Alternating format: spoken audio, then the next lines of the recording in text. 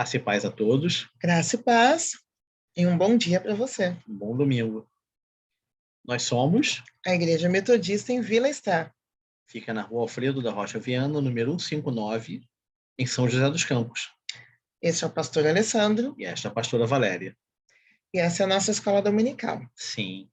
Vamos orar para iniciar? Vamos. Obrigada, Senhor, pelo tempo que temos para estudar a Tua Palavra e por confiar que o Teu Espírito nos ajuda a compreender aquilo que o Senhor tem a nos dizer.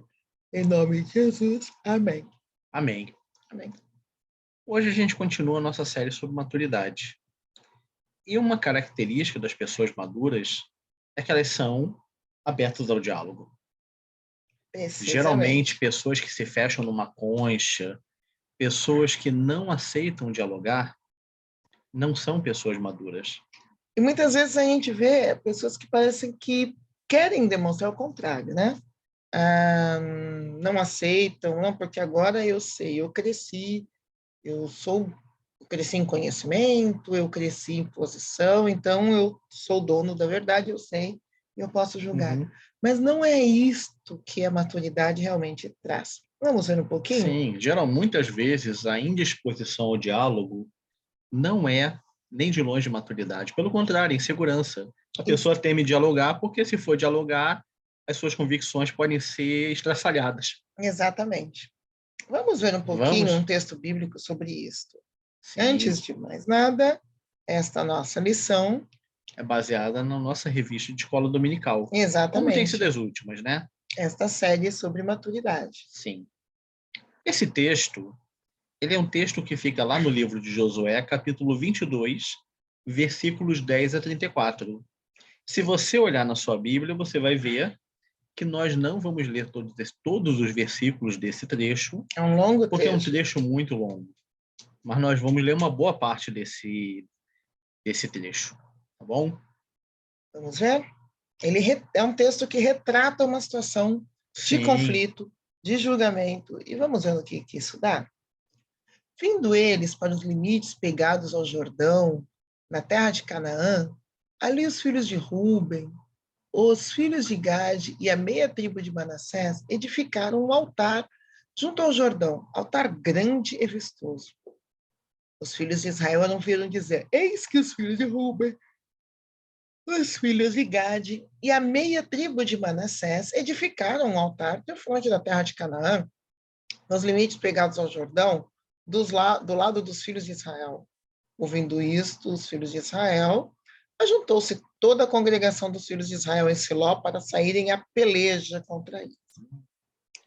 E os filhos de Ruben, os filhos de Gade, a meia tribo de Manassés, enviaram os filhos de Israel para a terra de Gileade, Finéias, filho de Eleazar, o sacerdote, e 10 príncipes com ele, de cada casa paterna um príncipe de todas as tribos de Israel. E cada um era a cabeça da casa de seus pais, entre outros grupos de milhares de Israel.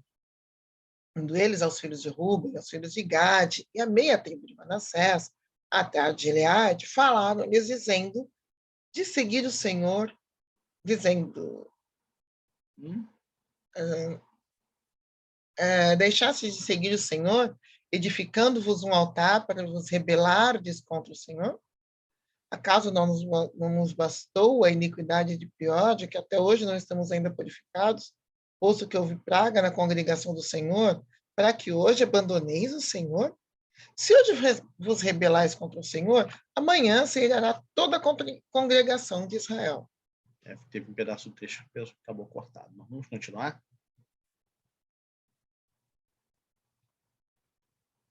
Então responderam os filhos de Ruben, os filhos de Gade e a meia tribo de Manassés, e disseram às cabeças dos grupos de milhares de Israel: o poderoso, o Deus, o Senhor, o poder... já que está repetido. Ele sabe, e Israel mesmo saberá. Se foi em rebeldia ou por infidelidade contra o Senhor, hoje não nos preserveis. Se edificamos um altar para nos apartarmos do Senhor, ou para, sobre ele, oferecemos holocausto e oferta de manjares, ou, sobre ele, fazermos oferta pacífica, o Senhor mesmo de nós o demande. Pelo contrário, fizemos por causa da seguinte preocupação: amanhã, vossos filhos talvez dirão aos nossos filhos: que tem de vós com o Senhor, Deus de Israel? Pois o Senhor pôs o Jordão por limite entre nós e vós, ó filhos de Ruben e filhos de Gade. Não tendes parte no Senhor. E assim bem poderiam os vossos filhos apartar os nossos filhos do temor do Senhor. Ouvindo, pois, Finéias, o sacerdote, e os príncipes da congregação, e os cabeças dos grupos de milhares de Israel, que com ele estavam, as palavras que disseram os filhos de Ruben, os filhos de Gade e os filhos de Manassés, deram-se por satisfeitos. Pois é. Esse aqui é um texto que a gente vai procurar explicar um pouquinho o contexto dele. Uhum. O povo de Israel estava assumindo a terra prometida, só que eles conquistaram algumas terras que ficavam a leste do Rio Jordão. Um grupo quis ficar ali. Sim. Né? Um grupo falou, poxa, a gente conquistou essas terras, a gente já pode ir se estabelecendo aqui. E aí, eles ficaram lá do lado leste, enquanto o outro grupo atravessou o Rio Jordão para continuar a conquista do lado oeste do rio. Uhum. Ao oeste Inclusive, do rio. o grupo que ficou do lado leste ajudou a conquistar, né? Sim. Do lado oeste, mas falou, olha, a gente deixa aqui os filhos, o gado, ajuda ali na conquista e retorna. Então havia ali uma divisão geográfica. Terra é boa. Ponto. Até que um dia, o pessoal que estava lá do lado oeste, pelejando, eles ouviram guerreando para conquistar a terra. Eles ouviram falar que o pessoal do lado leste tinha levantado um altar.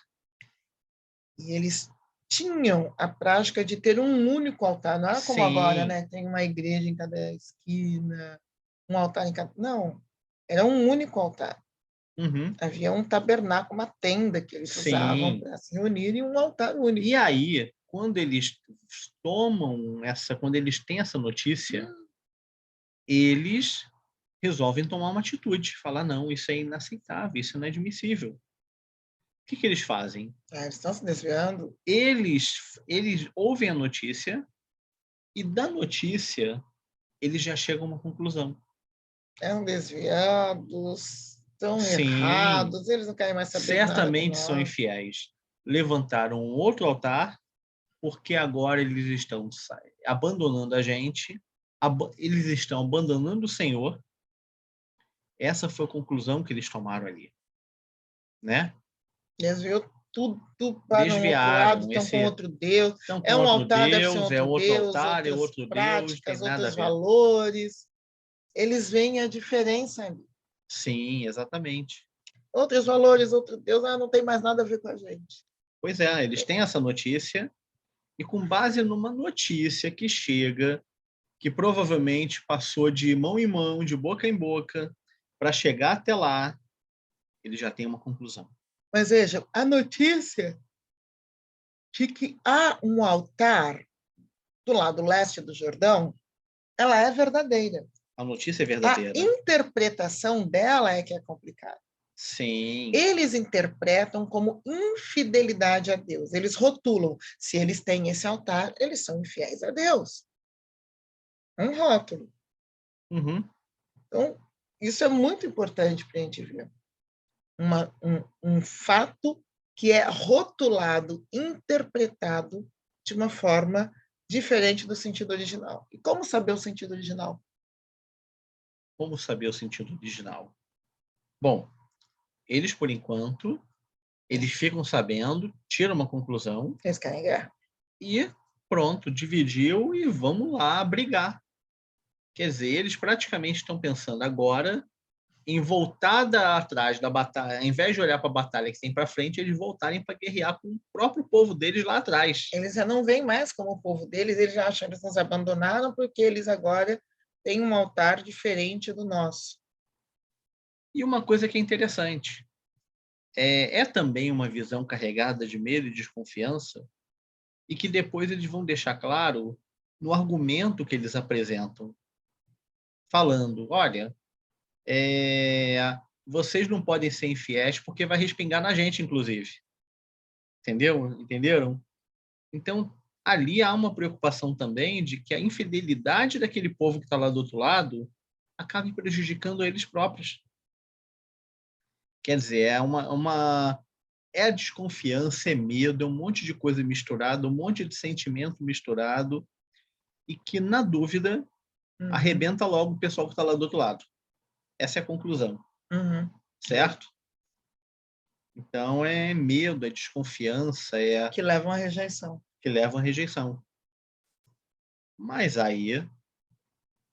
Ufa!